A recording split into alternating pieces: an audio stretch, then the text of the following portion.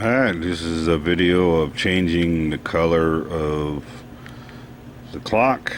If you're wanting to do that, it's very, I don't see it being too hard. You got your 4 clips, one there though, so just pry back very gently. Start with one side, and then you'll have your little knob thing here with the rubber piece on it. That's for your setting your time. So once this is apart, bear with me, I'm doing it with one hand. It's your infamous clock. Okay, I already took the lights out. Let me show you these real quick. Okay, this is what they look like. Okay. They also just have a little rubber cover over them. There's the standard bulb. So the power source is going to be these 2 tabs here. I have one in my car now. I'm gonna go out and check, and I will tell you and show you which one's positive and negative. Pretty sure this top one would be, my guess is going to be the top one's positive, but we'll see. I'm gonna take a test for sure. Then what I'm gonna do is solder one leg there and one leg there. It's the same kind of concept as the heat controls and all that. The bulb just literally sits right there. This is a sanded plastic which gathers just like plexiglass. The light just comes through here and it gets it on this edge and illuminates this whole thing red, so, or blue, your factory color, teal, whatever you want to call it. So what I'm going to do is, because of this design, I'm not going to mess with the factory screw-in pieces. So what we're going to do is we're going to take the same red diodes that I showed before. I got the resistor in them. They're going to go through here. These are going to loop around like so, and they're going to be soldered, both of them, one on each side. And then this diode here, we will either hot glue it. Well, we're definitely going to use hot glue, but it's just going to sit just like the factory one. We'll just push it right there. It'll be more than enough. It's going to be way brighter than the factory bulb too. So then we'll probably fill this in with some hot glue as well, and fill this in.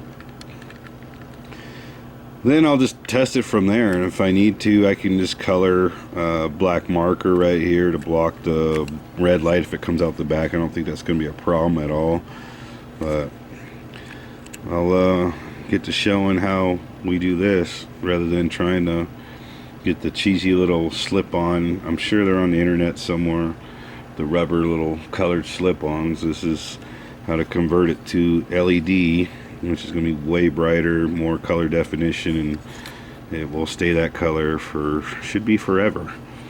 So if all else goes well, this is how to change a color on here, unless you could find LED bulbs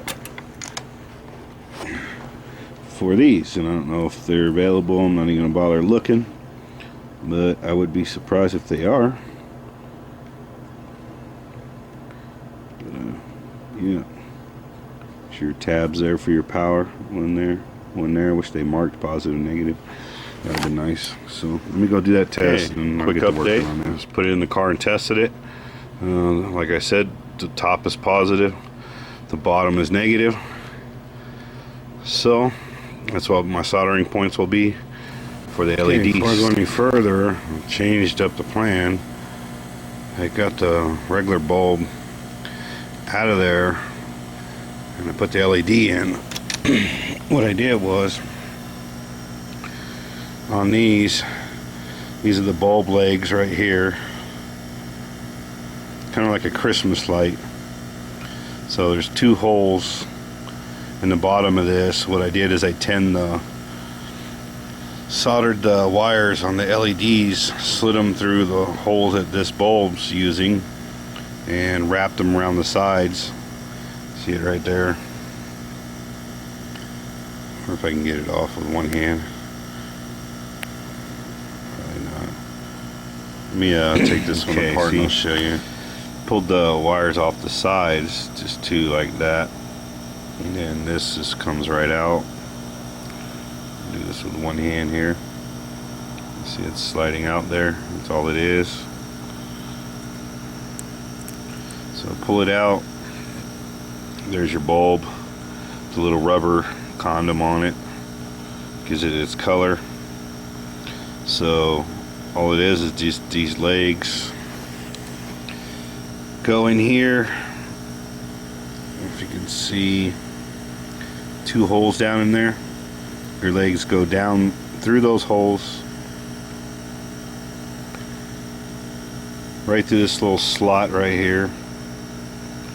Okay, and then on this back side, I don't know if you can see it, it lays across here and goes back down this slit. That's how it makes a connection on both sides.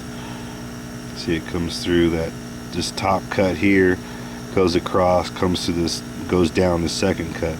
So you have a flat surface, that's where it connects. So all I'm doing is,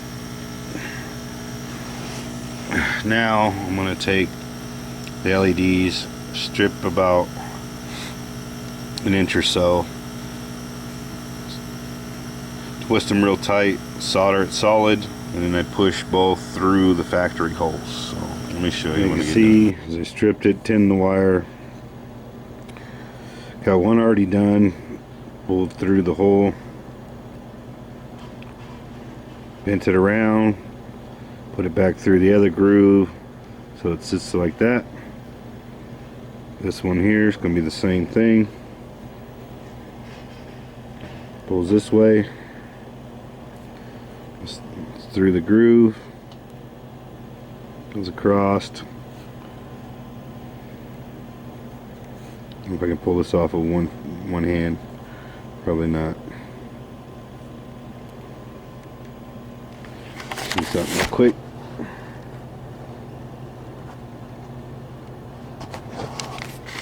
Okay, so it's bent it around, goes back through the other groove. Just like that.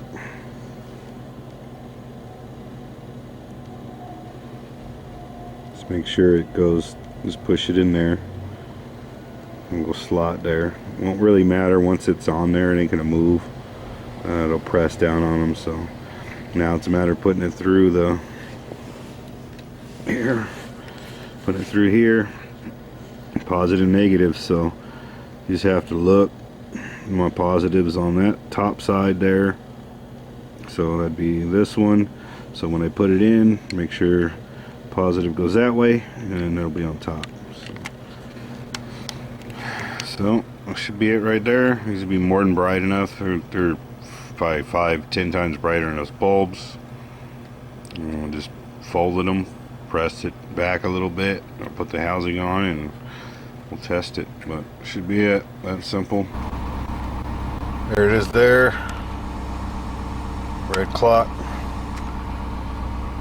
It's actually a dark red. Doesn't look like it on the camera, but it's not pink. It's dark red, like everything's showing up kind of